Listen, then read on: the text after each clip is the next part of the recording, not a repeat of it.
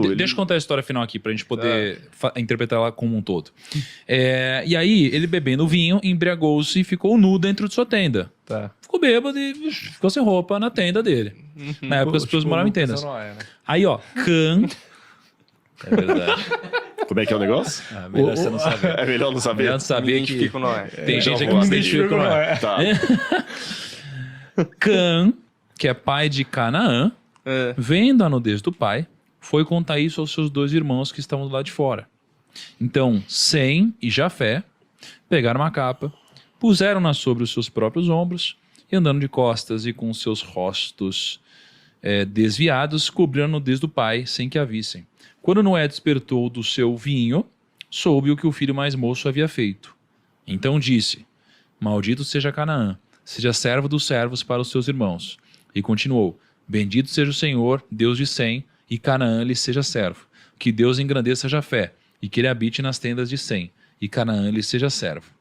E Noé, depois do dilúvio, viveu ainda 350 anos. Todos os dias de Noé foram 950 anos e morreu. Caraca, eu entendi o que você falou, só que, cara, é tão confuso o jogo de palavras que é difícil qualquer Eu acredito que eu entendi, mas eu queria saber o que o Rodrigo acha. Bom, vamos lá.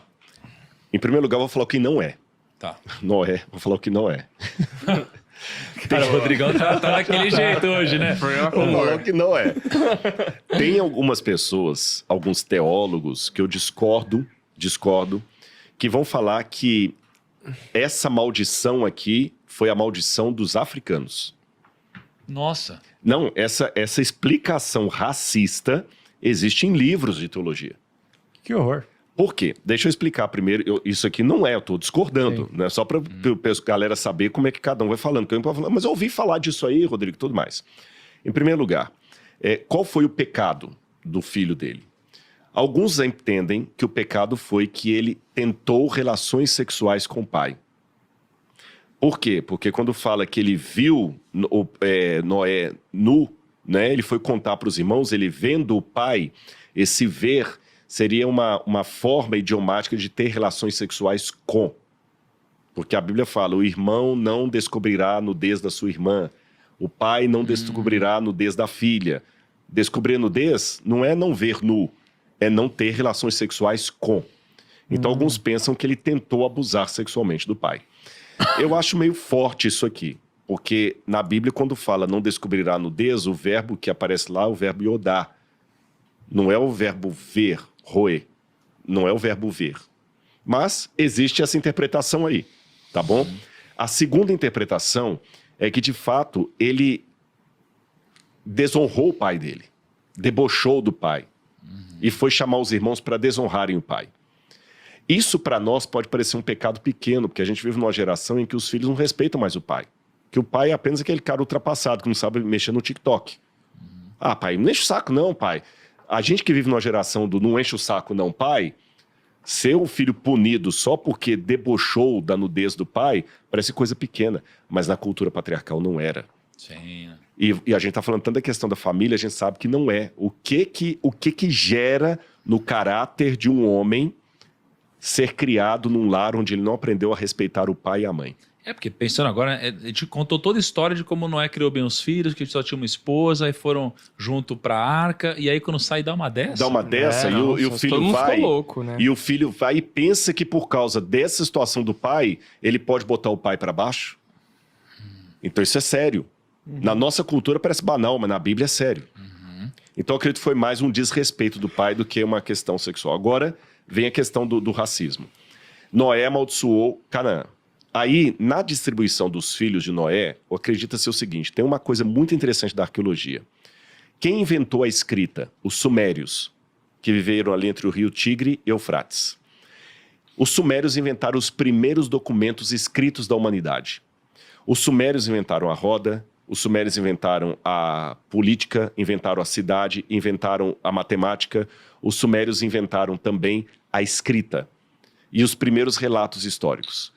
Quando você traduz os primeiros escritos da humanidade, sabe o que os sumérios contam? Quem somos nós que inventamos a civilização? Nós somos os descendentes daqueles que sobreviveram ao grande dilúvio, que por sua vez são descendentes daqueles que moravam no jardim paradisíaco de Edenu. Nossos pais perderam o jardim paradisíaco porque comeram uma comida proibida.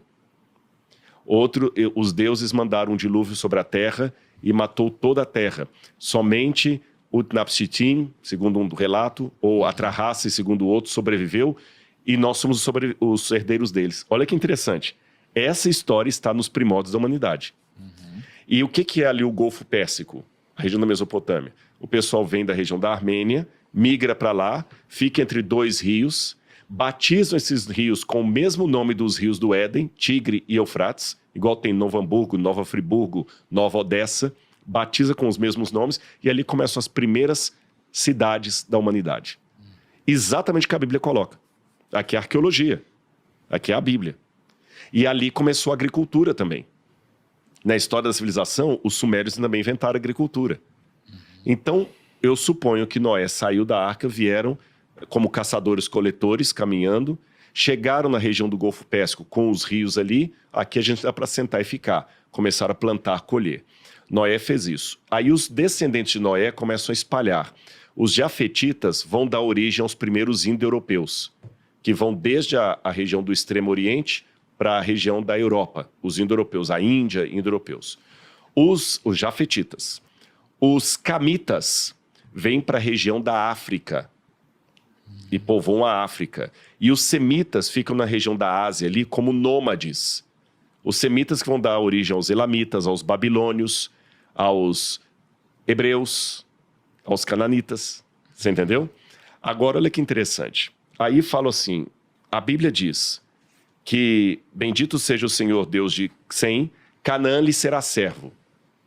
Isso aqui é a razão pela qual a África se tornou escrava no mundo inteiro. Porque os africanos são os descendentes de Cão.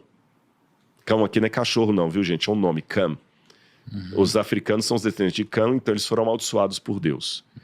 Isso aqui é explicado por aí, mas isso é uma coisa que eu ojerizo. Não tem base essa explicação racista. Por que razão? Em primeiro lugar, Canaã não era África, em que pese a verdade que os camitas foram aqueles que povoaram a África.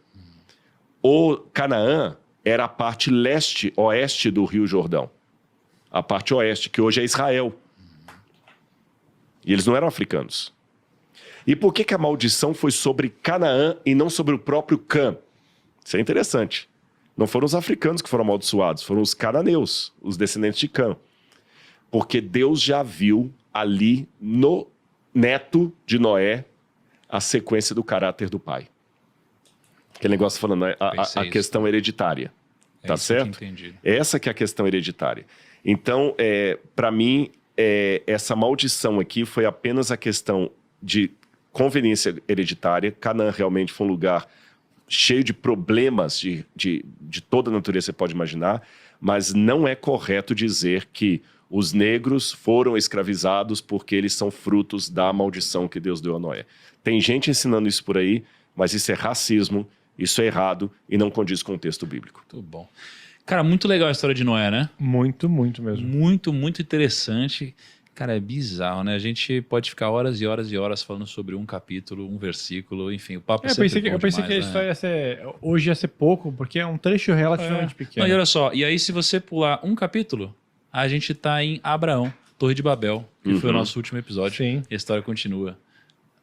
Pensa em toda a história que a gente contou de Abraão, cara, e toda a história de Noé é toda uma linhagem. E pode incrível, fechar né? só com uma coisinha rápida aqui? Lembra que eu contei, do ponto de vista arqueológico, como surgiu a civilização ali entre o rio Tigre e Eufrates, na Mesopotâmia, e dali foram espalhando? Você tem, acho que umas 25 ou 26 pirâmides, torres que foram encontradas em várias cidades ali, e essas cidades começaram pelo erguimento de uma torre, e a partir disso aí, as pessoas se espalharam. E hoje você pega o tronco linguístico de todas as línguas que falam no mundo, a raiz vai estar justamente ali. Uau. Caraca. Que legal. Algo a se pensar. Bom.